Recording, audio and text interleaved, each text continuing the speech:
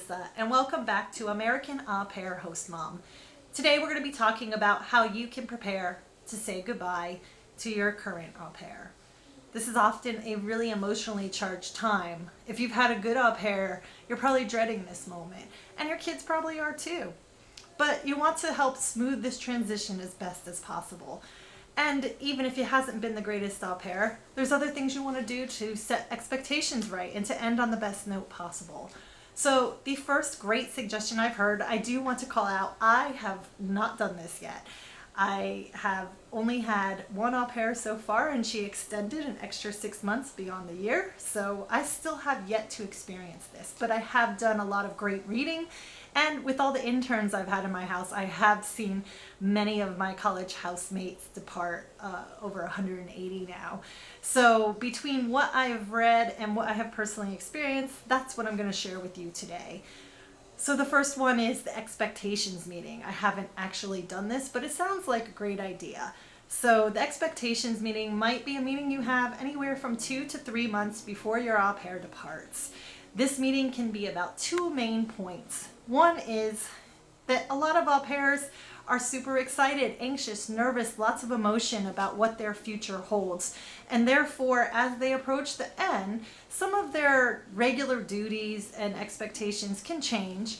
And they kind of forget that, it's still important for them to maintain everything that they've been doing. So this is just a good time, maybe 3 months before that point, to address it and let them know that they've been a really important part of the family and that you really need them to hold strong until the end.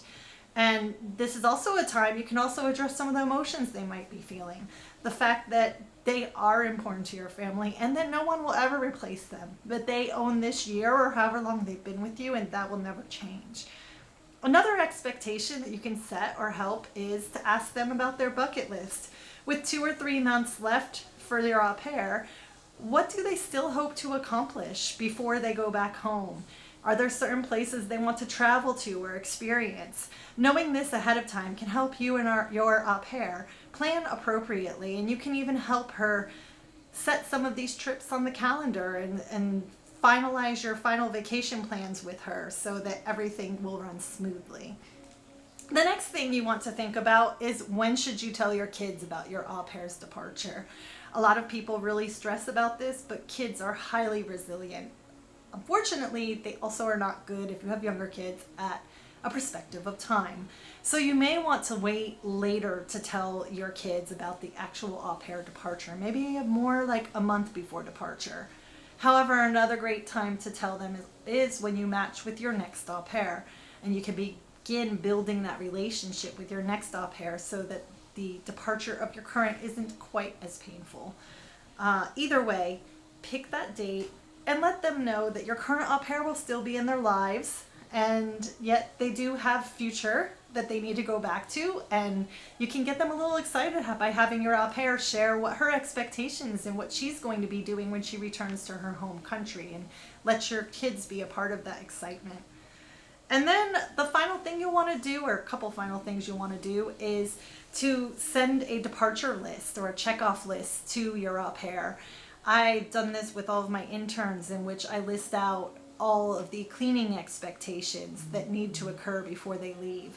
And it's definitely good to do this at least a couple weeks, if not a month, before their departure. If you let it sit, your au pair may forget about all of this and hurry to pack up on the last night, and they're saying goodbye to all their friends and going through a lot of emotions, and they haven't planned the time to clean appropriately. So if you give them a warning, hopefully they can set that into their schedule and get all of the cleaning of their room done as expected. My expectation is that their room looked like it did on the first day as the last, and you'll want to call out specifically what they have to do to get that done. So do they need to wipe down the shower, the sink, the toilet, the dust, vacuum, those kind of things, and maybe let them know where they can find those cleaning supplies and if they have any questions on that. Another thing that should be on the departure list is not only, of course, for them to pack, but what usually happens when they start thinking about packing is that they realize they have a lot more stuff than they did on the first day. A lot of au pairs have collected a lot of souvenirs and things in their trip that they hope to take back home. And usually at this point, they don't have enough to do so. So there are 2 tips here. One, as a good suggestion for a goodbye gift, you might want to go ahead and buy them an extra suitcase or prepare them with the thought that they need to have one, making sure that it all fits. For those au pairs that are going back to Europe, I have heard that a Polish shipping company is a really great option. It lets you fill a container and that goes by sea. So it takes over a month to get back to their house, but from what I understand, it's a very cost-efficient choice. So that might be something even as summer finishes or as winter finishes, they can send back, or if they have other friends or visitors, they might want to be thinking about that so they can send back their stuff earlier and have less to bring back on the last day. And finally, you might want to think about the gift or a goodbye gift that you might be giving your au pair on that last day. I mentioned the suitcase already, but a lot of people go towards photos or other trinkets to remember their time with the family. And lastly, you'll want to go ahead and discuss how you intend to communicate and keep them part of your family if that's your intention. You might want to go ahead and set up that first Skype interview so it gives you and your au pair and your kids something to look forward to on that last sad day, knowing that there's going to be that immediate time where you're going to see them again and talk. So that's everything for today. I hope you enjoyed the video, and please go ahead and check out my other ones and subscribe. Thanks!